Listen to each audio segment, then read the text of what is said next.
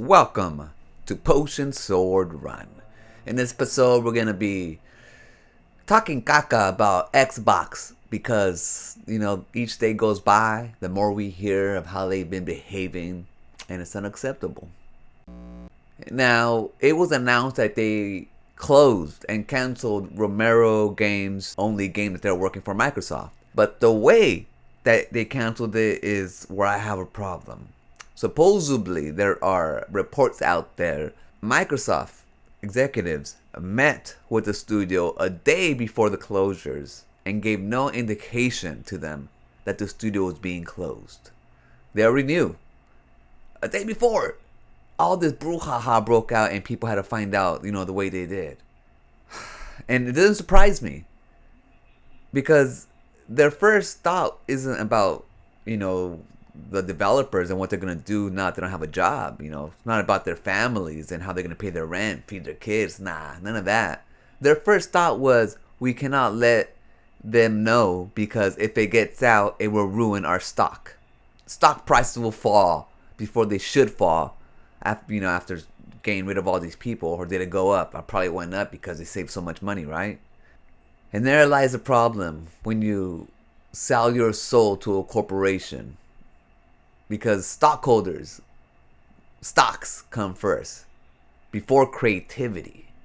And when we're talking about video games where creativity has to take center stage, there's a conflict of interest. There's a problem there. Which leads me to say that no video game company out there, studio, should ever sell themselves, especially to Microsoft. Not after what they've done. It would be a death sentence to do so. Not only to the studio, but also to creativity. I recently watched a video from Luke Stevens where he points out an interview with Matt Booty and Double Fine's Productions, one of my favorite studios, and how being part of Microsoft stifles creativity. And the reason being is because before Double Fine was owned by Microsoft, they're independent. The way they work, like I said before, they would have different people pitch ideas. And if they wanted the idea to go forward, then they would, create a team around that individual's idea and so on, make a game, belong to Double Fine. That's how, companies work. You're working for them, you're pitching ideas. However, Double Fine didn't own the ideas until they said, okay, let's develop it, let's go ahead and put it into ink, into paper, or whatever. But just because they pitched the idea still belonged to the individual pitcher. So that if Double Fine, didn't proceed with it, then they can take that idea and make a game of their own, make a comic of their own, make whatever they want with their idea because it belonged to them. But as soon as they became part of Microsoft, any ideas brainstormed within the company would belong to Microsoft. And it makes sense, right? Because you're on Microsoft's time, so you're brainstorming on their time. But see, that's the difference. If I was a creative person that had all these ideas, I wouldn't give Microsoft my best ideas. I would keep them for myself. I wouldn't even pitch them because Matt Booty himself said that needs to stop because later down the line, they just might want to do that idea. Most of our concerns, because we are a creativity-first company, there's questions about ownership. A lot of people have side creative things they do. They write children's books or play in bands or something, and they want to make sure that will be able to continue under Microsoft. Where the moonlighting only really starts to be something that we even really need to have a conversation about is if you are making something that directly competes or conflicts with what happens here. And that really is going to boil down to making a game. It's just that the thing is, it's like corporations like Microsoft always have the advantage. Because I've seen this happen to friends of mine who have released games, and this has happened, and then the company has gone after them, and they were like, even though they had a nice little handshake agreement, they still ended up having to pay that company. So if you really want to go run a startup, quit and go run a startup, right? And so I'm not trying to chase anybody away. That's not trying to be harsh language. But if you work on something and suddenly it starts to pick up traction and you're like, hey, this thing is going big, I think you've got a choice as a person to make. The reality is that once something is kind of in these walls, Double Fine owns it, right? Where that comes in conflict a little bit is where we're doing some Amnesia Fortnite pitch. Yep. We have always, as a company, said that we don't own the ideas until we actually produce them in the Amnesia Fortnite game jam. But before people submit them, they work on them in their own time on their own computers, and they do at some point tell the ideas, and a lot of them don't get selected, and we've always maintained that we don't own those. Yeah, we're gonna have to sort through that, because I don't know, someday down the road we might want to go back and say, ha, that was a great idea, you know, we should go make that game, right? Yeah, I mean, it is something we have to figure out. A picture worth 1,000 words.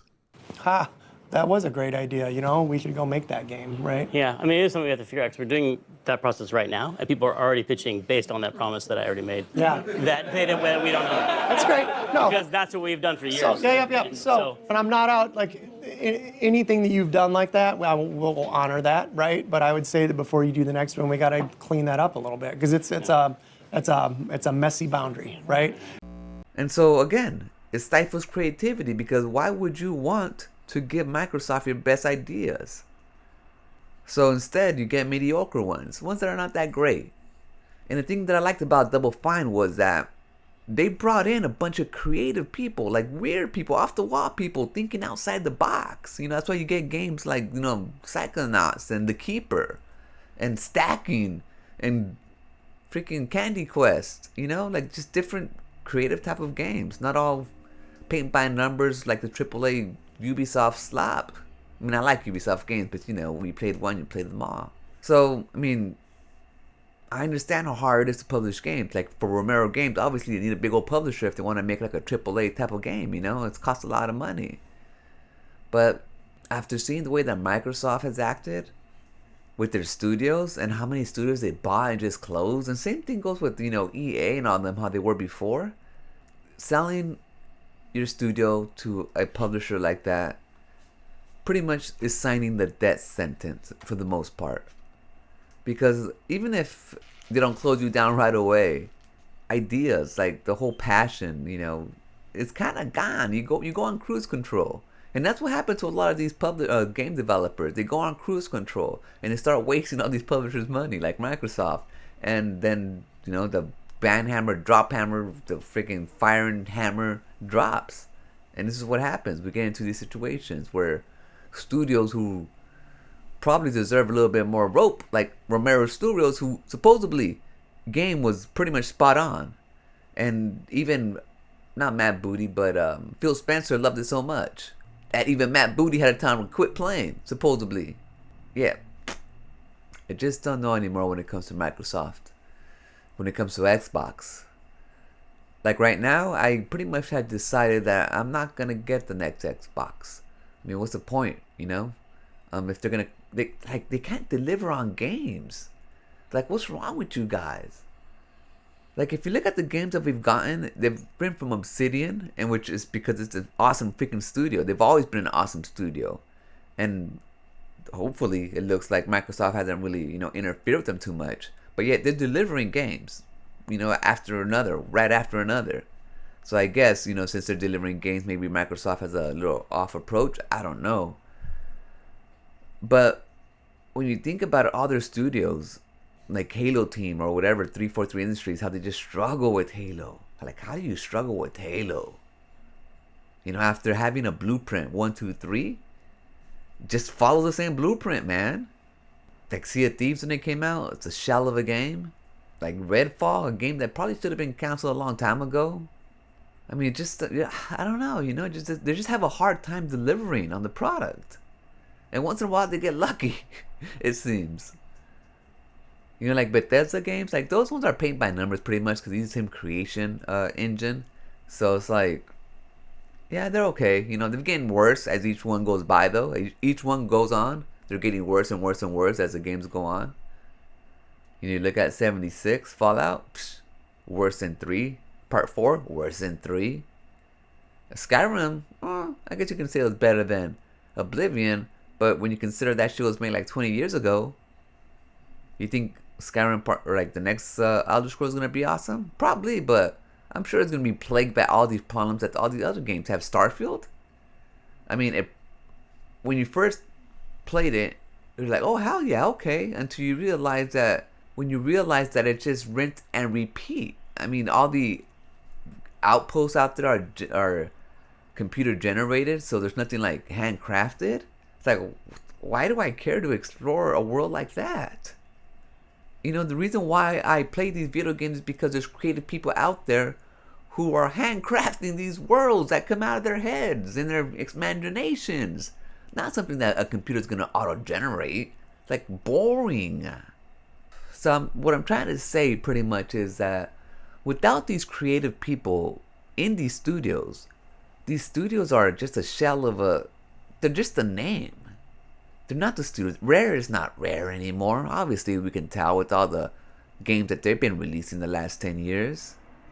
I mean, even though Sea of Thieves looks beautiful and, you know, looks like a Rare game, it took so long to get where it is. And even now, it's like, eh. But you need these creative people. But then again, if you look at like a really creative person, like, they're going to struggle to work for Microsoft. It's like the way that I struggle to deal with corporations. I mean, yeah, we just don't mix. Like, art and corporate don't mix. It's just antithesis to each other. You know, that's solar opposites. And Microsoft has pretty much just confirmed that for everybody to see.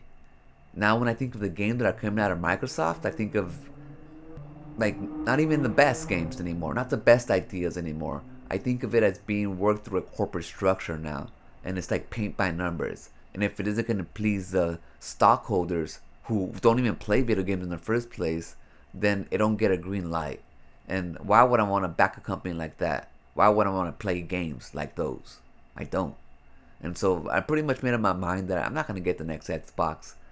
I don't know what I'm going to do. I'm still going to be playing my Xbox now. You know, I do love like quick resume, being able to play my video games like this. I'm off of YouTube and video games just... But I'll be willing to sacrifice quick resume and turn on my PlayStation 5 and start buying my games elsewhere. Like, I've started to buy physical games on my Switch. Ones that look, you know, fine on there. And I don't need them to be graphically insane. But I'm starting to look elsewhere, and I just might start looking for PC next time, next gen. You know, when next gen consoles come out and stuff, I'll start looking to build a new PC when, you know, the games that take advantage of it are out. You know, I won't, not right away. I don't have to, especially when you're a PC gamer. You don't have to jump in right away. I'm not sure if I'm gonna build one or I'll buy one straight up. But yeah, looking at what Xbox has become, what Microsoft has made it, the way that it's just too corporate. I mean, it's just not gonna work for me. Anyways, I'm gonna leave it right there. I'll catch you guys on the next one. Remember, always be kind to yourself and enjoy your life. And I'll meet you right there. Peace.